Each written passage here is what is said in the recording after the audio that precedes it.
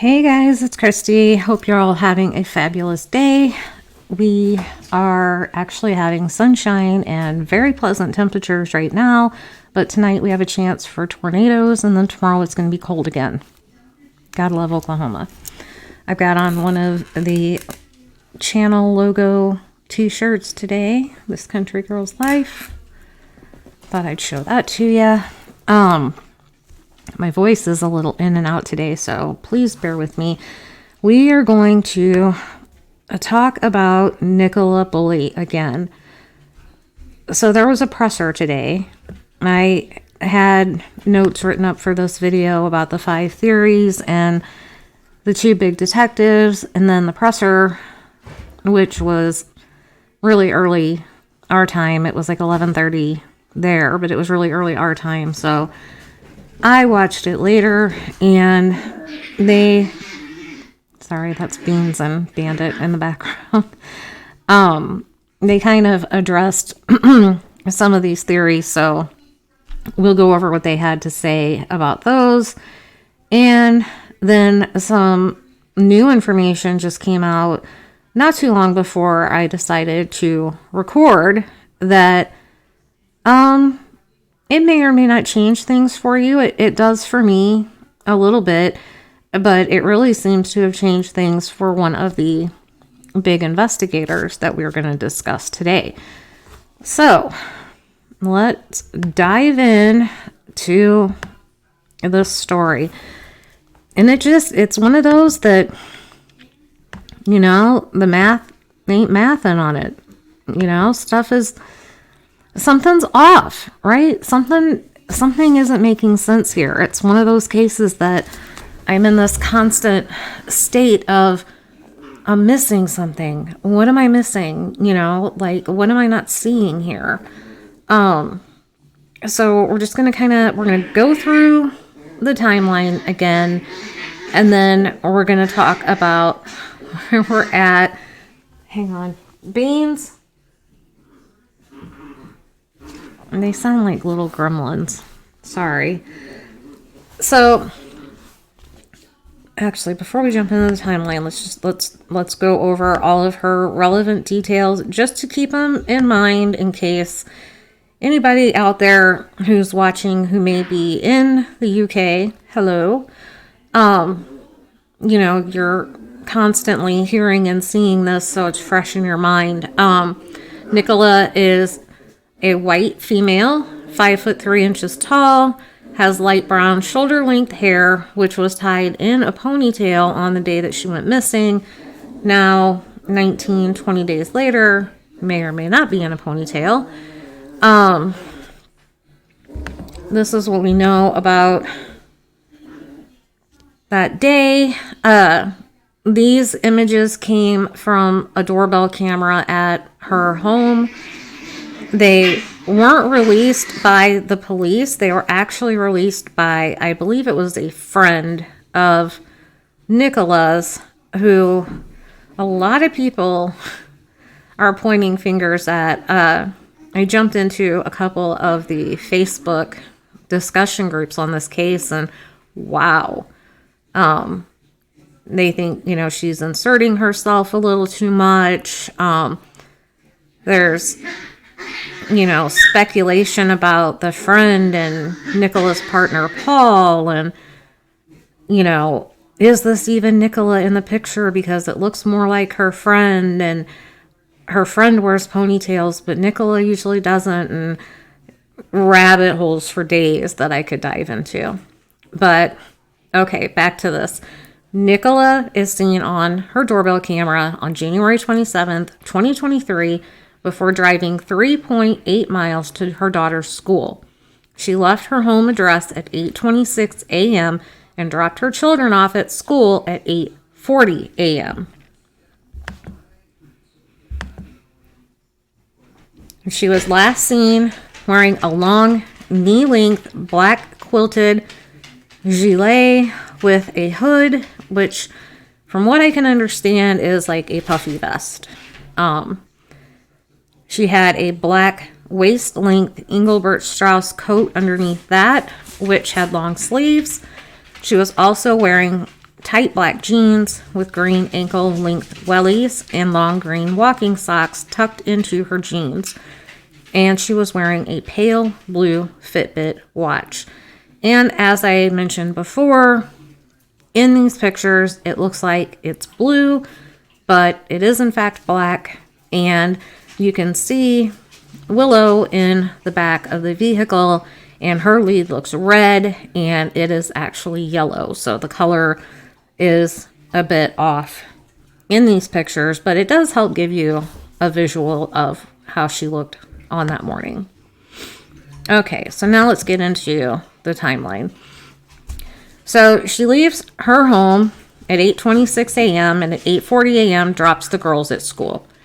At 8:43 a.m., she's walking Willow along the path by the river wire off Garstang Road near the village of St. Michael's, walking towards the gate and the bench on the lower field.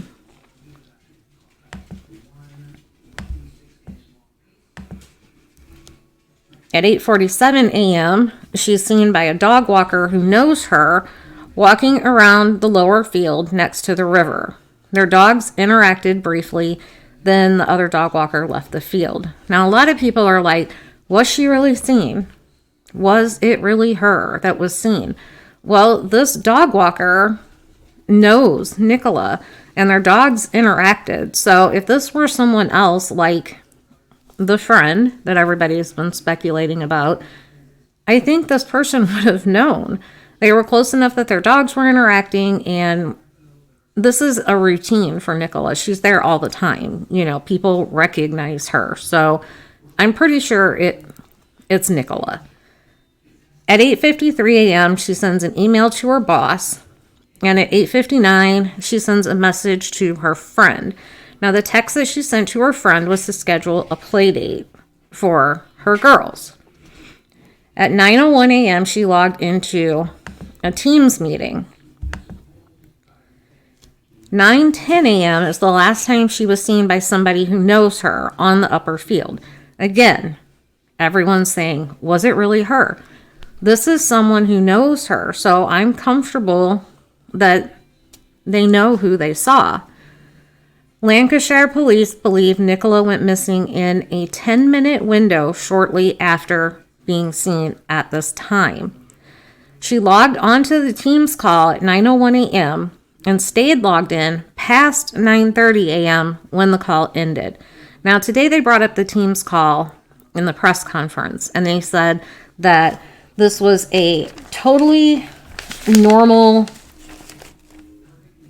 the Teams call was a perfectly normal call for Nicola to have. She would never have had the microphone or camera on because it was more of an informative session. And I'm sure you can relate to that. Sometimes my husband, there's one night during the week that they have one of these type of calls, and he'll come home and we'll be in the kitchen, I'm fixing dinner or whatever, and he'll have it on speaker. He doesn't have his mic on or his camera on, and he's just kind of listening in. And then if he needs to chime in, he does. But in general, it's just informative. So it's likely she probably had it on speaker, muted with camera off, holding it while she's walking around the park, just kind of listening in. At 9:20 a.m., telephony work by police has confirmed that the phone was located on the bench. So at 9:20 a.m., whatever work they've done tells them that the phone was placed on the bench. So she's seen at 9:10, and at 9:20 she places the phone on the bench. In that time frame is when they think whatever happened, happened. And then at 9:33 a.m., her phone was found on the bench. The phone's microphone and camera had been turned off during the call, which, like I just explained, seems perfectly normal. Doesn't seem like there would be anything sketchy there. The only bad thing about it is that, when law enforcement talked to the other members of the call, they were unable to say for sure that they saw or heard her on the call because it was muted and the camera was off. So there's no great deal of information to be gained from this Teams call meeting other than another kind of check mark in the timeline. Now, at the same time, Willow was also found near the bench and was dry, leading investigators to believe that Willow hadn't been in the water. Willow's lead and harness were also found. From what I understand, I've heard so many things. I heard the lead and the harness were on the bench. I believe they were actually on the ground, and it sounds like they were on the ground somewhere between the bench and the water. There was a rumor floating around out there. It was actually found floating in the water. That is not true. From everything I've heard, it was on the ground. The exact location, I don't know, but it sounds like it was somewhere between the bench and the river. And in the presser today, they said that was completely normal. At that point in the walk, Nicola normally let Willow off the lead, removed her harness, and just kind of let her run around. So there's nothing unusual about Willow being off the lead in that area. And then I found this graphic that I thought was pretty good. It's just a visual breakdown of the timeline of where everything happened, so you can kind of put it together in your mind. 8:43 a.m. Nicola walked along the path by the river wire, having dropped her children off at school. 8:50, a dog walker saw her walking around the lower field with her dog. 8:53, sent the email to her boss. 8:57, sent a text to a friend to book a play date. 9:01, logged into the Teams call. 9:10, a witness, someone who knows her, saw her on the upper field walking her dog. Work is ongoing to establish exactly what time this was. 9:30, the Teams call ended, but Nicola stayed logged on. 9:35, Nicola's mobile phone and Willow were found at a bench by the river by another dog walker. And then up at the top, it shows you where her phone and dog were found and where the final sighting was. And then I found this video, which I thought was really interesting because I like to see things, and not being there, I can't. So I've enjoyed Michelle Walks showing what she saw when she went out there. But this is another video that I found, and they just kind of take us along the path so we can see what's there, what it's like. So let's give that a watch here. A week ago, Nicola Bulley dropped her children off at school in the Lancashire village of St Michael's-on-Wyre and headed on foot along Blackpool Lane with her dog called Willow. Along this fairly busy road, she would have walked past the parish church before making her way over this footbridge which leads to the path by the River Wyre. Nicola began walking east along this path at around 8:43 a.m. Lancashire police say at 8:47 a.m. the mother of two bumped into another dog walker, seen here on CCTV in a red coat, on the lower field. Officers say the pair knew each other and their dogs interacted briefly before the woman, who they've now spoken to, left the field a short time later via the river path. 6 minutes later, at 8:53, Nicola used her phone to send her boss an email. And at 9:01 a.m, she joined a work Teams conference call. 9 minutes later, at 9:10, a second witness who also knows Nicola saw her, but this time on the upper field, and still with her dog Willow. The dog was off the lead and it wasn't in its harness, which officers say wasn't unusual and was all part of her daily routine. That was the last confirmed sighting of the 45-year-old. Police say they are particularly interested in what happened between then and 9:20 a.m. because they believe her phone was on this bench at 9:20. At 9:30, the work conference call ended, but Nicola's phone remained dialed in. Nicola's dog Willow was found by a witness at 9:33, running between this gate to the field and the bench where the phone was located. At the same time, Willow's harness was also discovered on the grass between the bench and the river's edge. Martin Brunt, Sky News. All right, I hope you found that interesting. I did. So there's a lot of talk going on out there about this broken CCTV camera that is roughly 50 yards from where she went missing. And this is the camera that everybody said, had it been working, would have seen everything. They bring it up in the presser today. I'm still a little unclear, but there definitely are blind spots for the CCTV. And I mean, of course, there's going to be, because you can't cover everything, right? But this image just kind of shows you where the two major blind spots are found. And then I found another picture of what could potentially be 3 blind spots. So there's definitely a few areas that weren't covered that would be so helpful in trying to figure out what happened to Nicola. But unfortunately, there's nothing. But there were other dog walkers in the area, and, you know, it's the middle of the morning. Nobody saw or heard anything. It's all very strange. And I really like this picture. It shows kind of all the key spots of the day. And this abandoned house is going to be mentioned in the presser as well. You see where her last sighting was, where the broken camera is, where her belongings were found, and the towpath.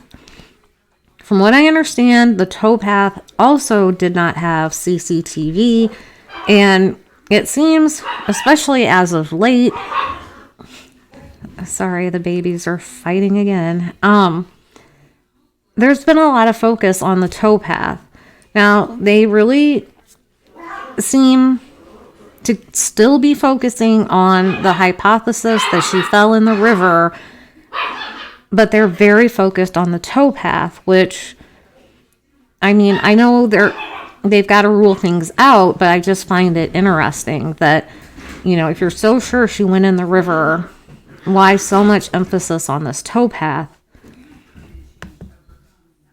And then this is heartbreaking. The look on this woman's face. People are literally just standing around the area, holding up posters with her picture, you know, asking for information, and it's heartbreaking. They've been tying yellow ribbons to a footbridge along the path with notes of, you know, well wishes and hoping that she's found, hoping that she comes back safely and things like that. It's really something. It's really something. This has had a huge effect on the whole community, and not all of it is positive, unfortunately, but we're going to get into that. But now I want to talk about 2 guys that they have quite the reputation, especially over there. I was a bit unfamiliar with the first one until I read about one of the cases he was involved in, and it may ring a bell for you. I'm going to talk about it now. This is Mark Williams Thomas. So he is a former detective who exposed Jimmy Savile, and he is set to join the search for Nicola Bulley. He's a journalist now, and he was crucial to the investigation of both Jimmy Savile and Madeleine McCann. You guys probably remember Madeleine McCann. I did not know who this Jimmy Savile, I don't know how you say it, was, but that was a big case in the UK. Hey! Sorry. But we're going to talk about all of this. He is traveling to St. Michael's on Wire this week to analyze what could have happened to Nicola.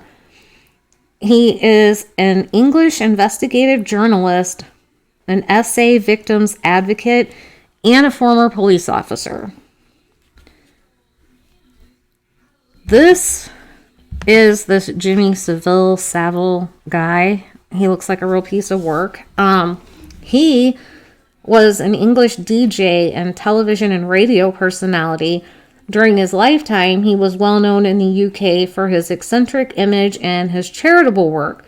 But after his death in 2011, hundreds of allegations of SA made against him were investigated, which led police to conclude that he had been a predatory SO and possibly one of Britain's most prolific.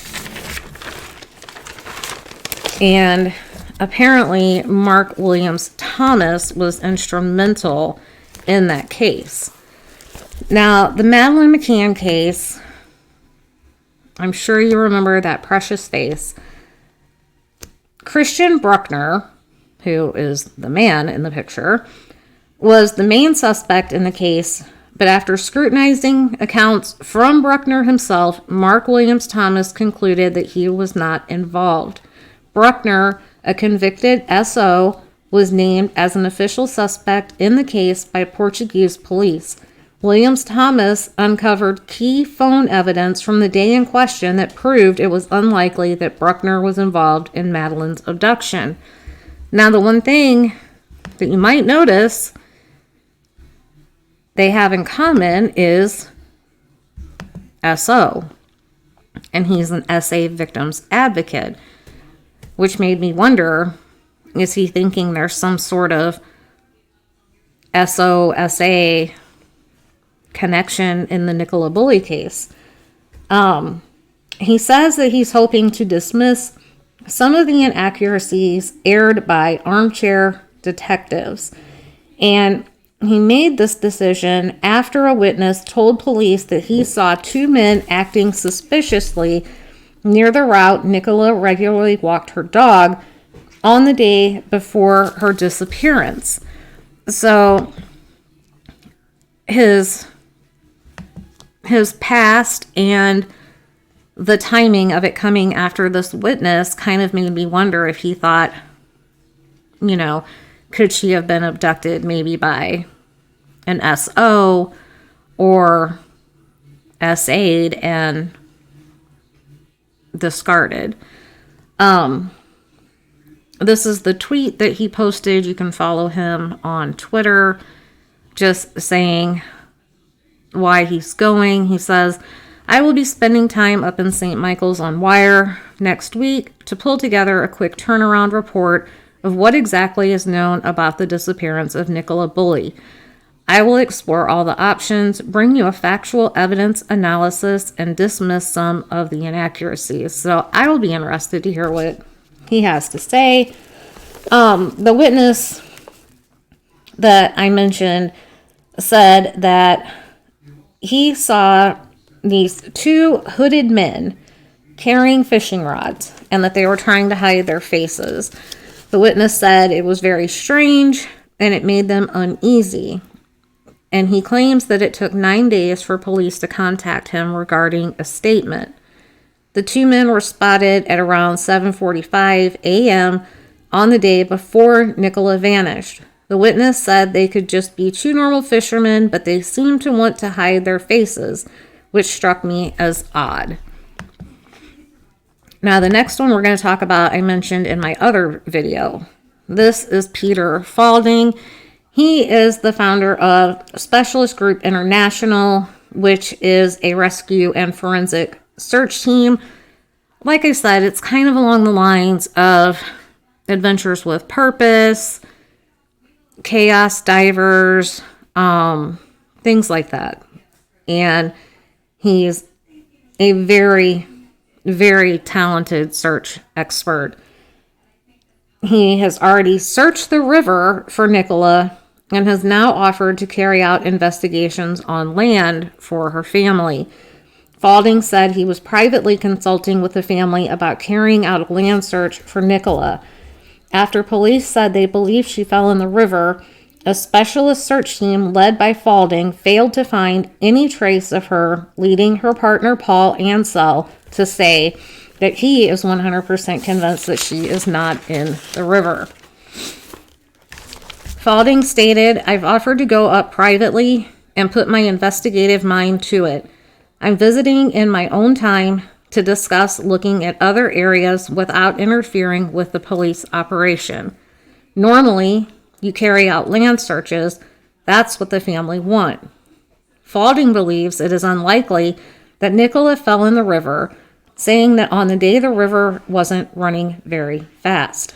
He has spent a lot of time with her family, and they said she was so cautious, did the same route every day, didn't go near the river, and her Fitbit shows she doesn't go near the river. He said she would have to be pushed really hard to be launched out into the middle of the river. Now, something has come up today that it doesn't appear that Mr. Faulding is very happy about, and I'm wondering if he is still going to offer his services. So let's skip in a little ahead of ourselves here and talk about that, because I was like, oh my, this is the information that I said may or may not change how you look at the situation. So at today's presser, they said that Nicola was considered a high-risk missing person from the start of the investigation. And they wouldn't say what the vulnerabilities were that she had that made them classify her as such. But now, this afternoon, they came out and said that Lancashire police said it was called to a concern for welfare report at her home last month. Health professionals also attended that call on January 10th. No arrests were made, but it is being investigated. A police spokesman said it was clear after speaking with Nicola's family that she had suffered with some significant issues with alcohol brought on by ongoing struggles with menopause. These struggles had resurfaced over recent months, and this caused some real challenges for her partner Paul and the family. So it does kind of change things. I think a person's mental status, mental health, any issues they may be having, it is very personal, but it can be a very important part of any investigation. And I understand they were trying to protect her privacy and her family, but I also agree what Peter Faulding says. And when he heard this is how he reacted.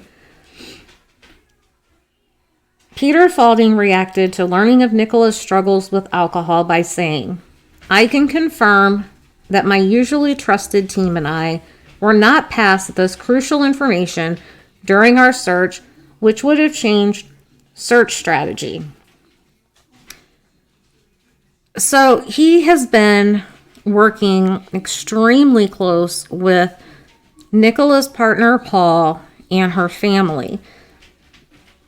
Maybe police didn't disclose this to him, but I'm sure that he's really wondering why the family would neglect to tell him something that could have been so important and so vital in the search. Like I said, I don't know if this will affect his plans, because he was wanting to go and search out possible grave sites, things like that. He has found a lot of people, and he's convinced that if she was in the water, he would have found her, and that if she is out there somewhere and has perhaps been buried, what have you, that he will be able to locate her. I hope he does go ahead and continue with his own search that he had planned, but it seems that this new information really kind of took him aback. I don't know what level of suffering she was dealing with, but it was significant enough that it was causing problems between her and Paul and her family. So it does kind of make you look at things in a bit of a different light. So, like I said, he doesn't think that she's in the river. He's convinced. Him and his team cleared it and saw no sign that she had fallen in. So, I wanted to show you some information about this river that, again, I found it really interesting. Let me make it bigger so we can see. So I told you this is a tidal river that joins with the sea. So, it rises and falls with the tide. It says a tidal river like the Thames, the wire's flow and level is controlled by the tides. At its deepest, the river reaches a depth of around 15 feet, but can be as low as just over a foot. And then this kind of just shows you where she was at along the river. But look at this picture. Now remember, I told you it's very flat, it's very calm where they think that she fell in. But when Michelle Walks was out there and she went further down, she showed this area here called the weir, where it dips down and it's flowing. It says the weir. This is the point where the river becomes tidal. It is located just a few hundred meters downstream from the bench where Nicola was last seen. And then on the other side, it's the riverbank. The riverbank where Nicola went missing is steep in some places, although it is not high. As well as the changing water level because of the tides, the wire also has different water depths. So, if somehow she fell into a calmer area of the water by the bench where they found her stuff, if she hit her head or something, is it possible she could have floated down to the weir? I don't know. Maybe. I found an article that I'm going to read in a minute about someone else that disappeared in this river. But now I want to kind of get into some of the theories. Let's see. Put up a picture we haven't looked at. I like to keep their pictures up as much as possible. Here's one. That's Nicola and her partner Paul, and then of course Willow. So friends and family are baffled by the situation, saying there's no reason that she would disappear and that she was happy. Lancashire police have been facing questions over its handling of the investigation. A former Metropolitan Police Superintendent named Philip Flower says faith in police risks being lost forever if this search was bungled. He said officers may have made mistakes by failing to tape off the area where her phone was found. Flower also said he is not the only person to suggest that the facts and evidence do not support the official hypothesis. So, we've got current and former police even that are disagreeing with how it's been handled, how it is being handled. It is concerning that they didn't tape off the area and people have been walking through. We talked in my other video about potential evidence that could have been lost, perhaps, or overlooked because they weren't treating it necessarily as an active crime scene. The search has been aided by specialists and divers from His Majesty's Coast Guard Mountain Rescue and Lancashire Fire and Rescue Service with sniffer dogs, drones, and police helicopters. The search has been extended downstream towards the sea and Morecambe Bay. The search will involve combing inlets and marshland at the Wyre estuary. So if she did get swept down towards the sea, she easily could be in an inlet or tangled up in marshland. It's possible. But we're in day 1920. You would think there would have been a sign of something, one of her wellies, one of, a piece of clothing, something. And from what we're being told, which of course they're not telling us everything, just like in the Idaho 4 case, we only know a tiny percentage of what they know and what's actually going on. But they haven't said anything that would lead you to believe that they found anything that points in the direction that she actually fell in the river and was swept away. On Monday, officers spent about an hour speaking to the residents at the Wyreside Farm Caravan Park in the village of St. Michael's on Wyre, just meters from where Nicola disappeared on January 27th. The caravan site is one of several CCTV blind spots close to where she vanished. There is CCTV at the back of the caravan park. The only camera that isn't working is the one that would have seen everything. And the sister, I believe, of the owner of the caravan park said that camera wasn't working. Now, it's going to come up again later, so remember that. Someone related to the owner of the caravan park said that camera that would have seen everything was not working. Police have had to issue a dispersal order around St. Michael's on Wyre after crowds of people turned up to search for Nicola themselves. Some were searching abandoned properties, potentially putting themselves at risk. Officers need the public to be engaged to solve crimes, but say disruptive levels of interest are frustrating. All right, so let's get into the 5 theories that are out there. Number 1, fell in the river. Why is this number 1? Because that is the main hypothesis that the police are working.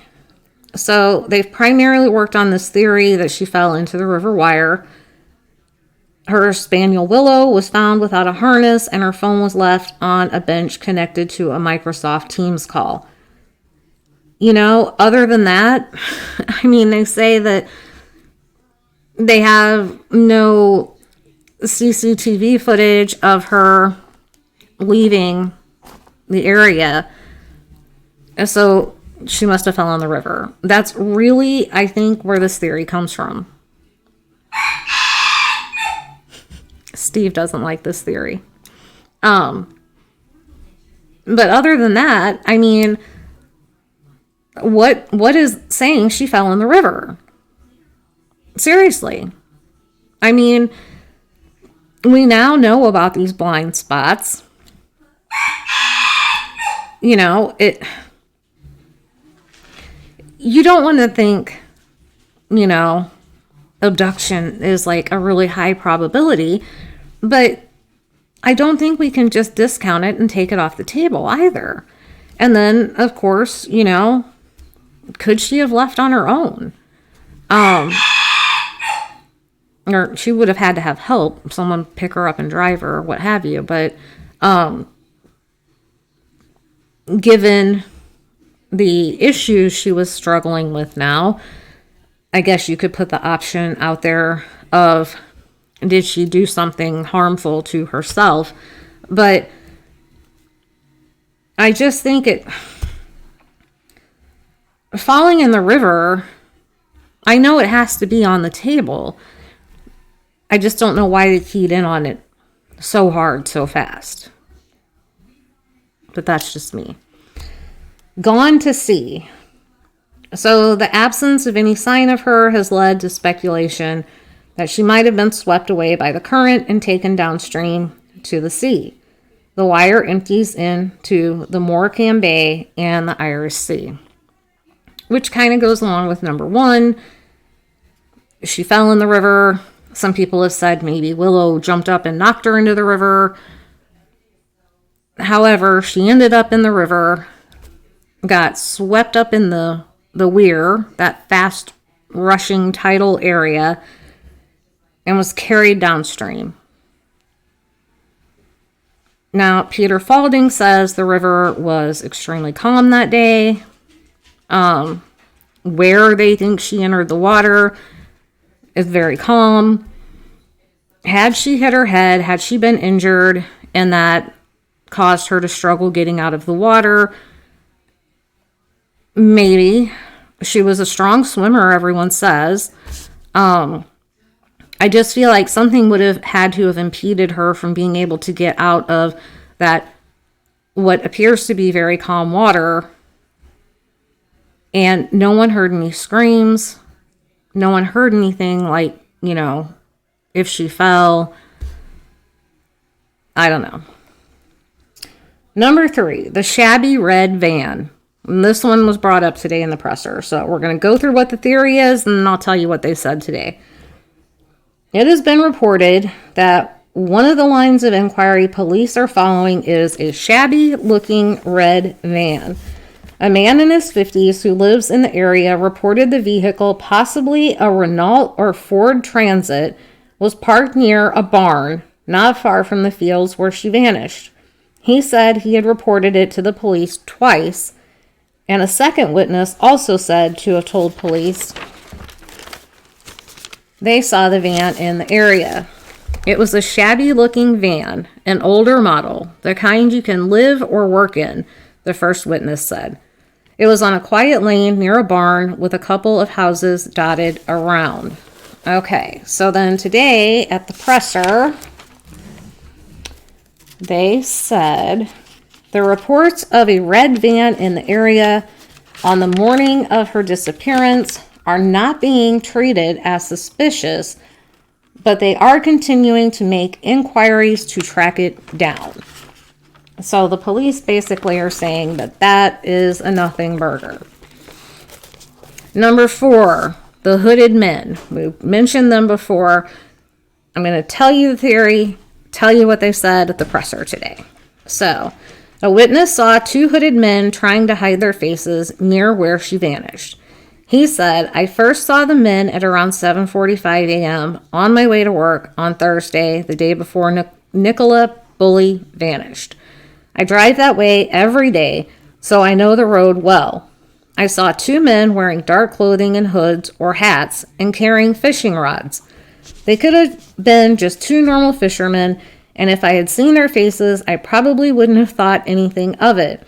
I remembered that they seemed to want to hide their faces, which struck me as odd. It wasn't particularly cold that day. It was quite mild, so their behavior to me seemed strange.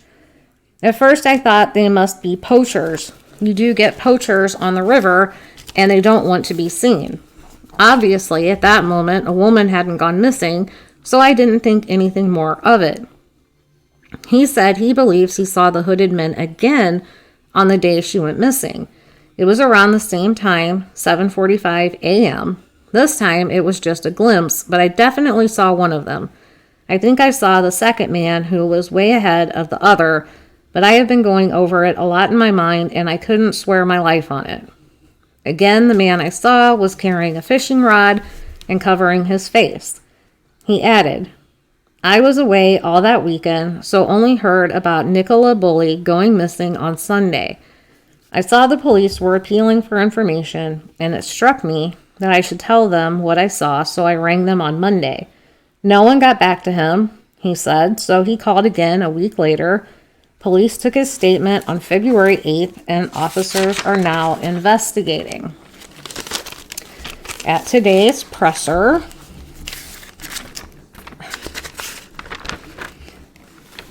they said they don't find the fishermen suspicious.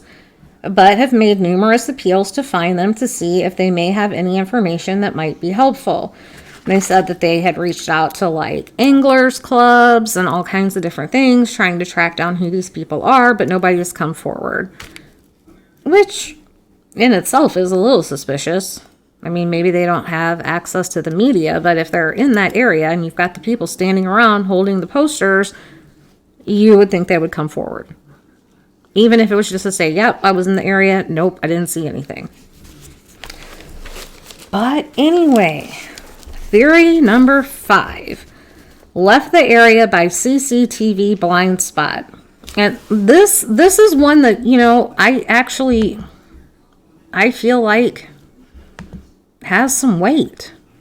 This is the one that I feel like they really need to be looking at. So police are looking into a path that falls in a CCTV blind spot and leads from the river to Garstang Road, which runs through the village, with 2 possible exits from the river path. Police remain confident Nicola didn't leave the river route via Rowan Water, with CCTV covering the exit and a nearby mobile home site. However, friends have since claimed that CCTV covering the other exit just south of the mobile home site was not working at the time.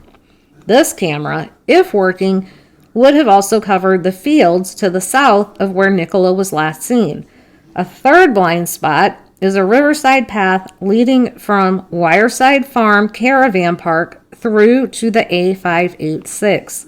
It is also believed that a camera at a house close to the path was not working at the time. However, this did not cover the exit, so would have been of little use. And like I said, to me, this one makes sense. I mean, you don't have her on CCTV. You don't really have evidence that she fell in the water. So that seems very likely that something happened in one of those blind spots. We're talking a 10-minute window. It's a very short window. But how many people knew about these blind spots? How many people know where the blind spots are? I mean, if it was just a random thing, did they just get really lucky? Or did somebody know, had somebody been watching her and knew, like, okay, when someone's in this area, we can get them and we're not going to be seen. I don't know. It's a lot. I'm not a detective. That's for them to figure out. But at today's presser, like I said, we learned about her being considered high risk, and then later this afternoon we found out why. She's been suffering with these alcohol issues, apparently because of problems with menopause, and it's causing some real challenges for her partner Paul and her family. And there had been a welfare check conducted on January 10th at her home. There were no arrests, but it's being investigated.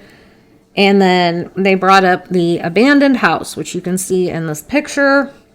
It says that it has been searched 3 times with permission of the owner, and Nicola is not in there. It is in one of the areas where it's likely she could have gotten to.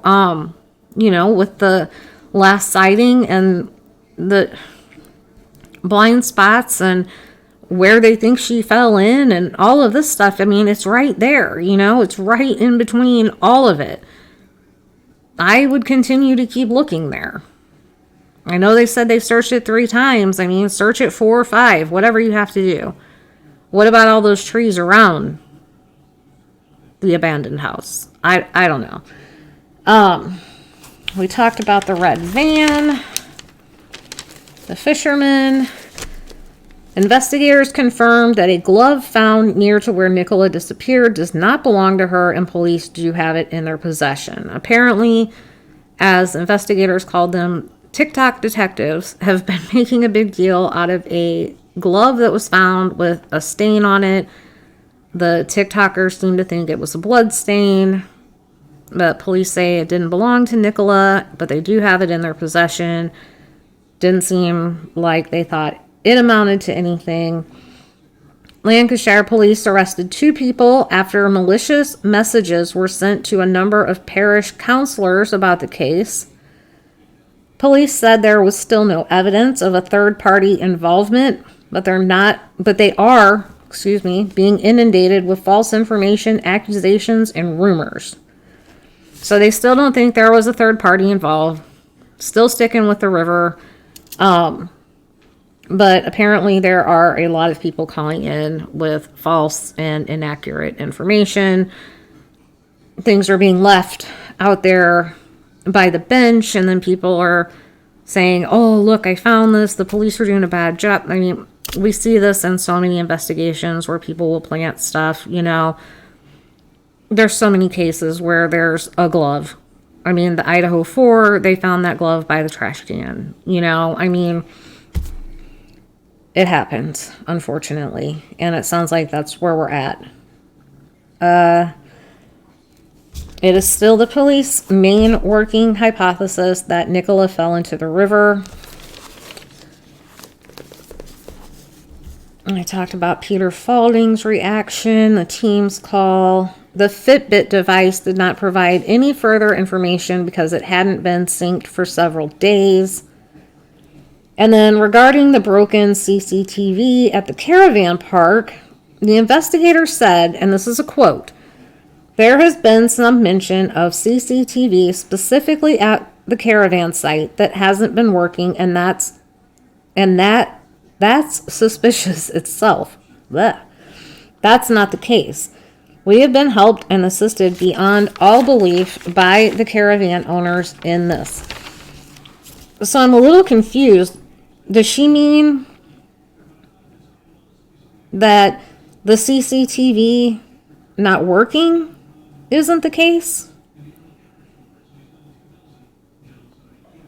Or does she mean that they have been helped by them with the other CCTV?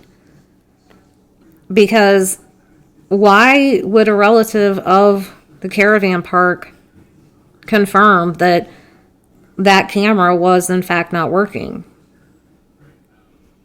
I don't know. It's just something to think about. But I thought it was weird that she's like, there's been mention of this not working and that it's suspicious, and that's not the case. Well, do you mean it's not suspicious, or it was working? I don't know. The way she worded it was just confusing, and I think I just confused myself even more. So, I don't know. What do you guys think? Does the new information about her problems with alcohol and the issues from the menopause, the problems with her and Paul and her family because of it, does that change your thinking? Does it change your theory on the case? Where are you at now that we're 20 days in? What do you think happened? I'm still at a loss. But I'm hoping that the 2 big investigators, if they come, maybe they can make some more sense of it, piece some of it together for us, and maybe we'll all understand. After the great update in the Rachel Schwartz case that I covered yesterday, you know, it's hard to be hopeful, but when you get a good update, you know, you want to be hopeful. And whether she left on her own because she was struggling with some issues or whatever, I would just like to think she is out there somewhere and will be reunited with her family. I was going to read an article, but it's been an hour. I'll do another video about it. But yeah, I would love nothing more than to be able to come on here and say that Nicola Bulley has been found safe and she's being reunited with her family. I mean, could this be another case similar to like a Sherry Papini situation? You know, I don't know. It doesn't make sense why she would leave, but it didn't make sense why Sherry Papini would leave either, did it? I don't know. I hope she hasn't reached a point in her struggles that she has done something to herself. I hope if someone took her that she can get away or they'll let her go. I would love to have another positive outcome. That would be great. But I don't know. Like I said, let me know what you think. I am going to get off here. Like I said, we've got tornado weather coming through tonight, and then tomorrow it's going to be like in the 30s. It's madness. Oklahoma cannot make up its mind. It's 70 today. It's going to be 30 tomorrow. Make it make sense. But thank you guys for joining me here. I did want to mention my birthday is coming up in April. So it is still a bit away, but I set a goal and I would like to try to be at 2,000 subscribers by my birthday, which is April 26th. And I think we can do it. We're at like 1830. So if you would share my channel, share my videos, if you're not subscribed, subscribe. It's free.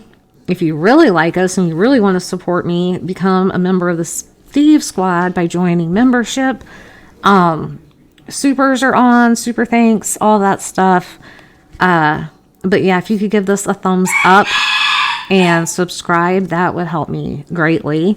It helps the algorithm. It helps more people see my channel, my videos, and we would love to have you part of the Steve Squad. Can you hear Steve? He's saying subscribe, subscribe. That's what he's saying right now to you guys. So do it. Give it a thumbs up and subscribe for Steve. And as always, I will see you all in the next one.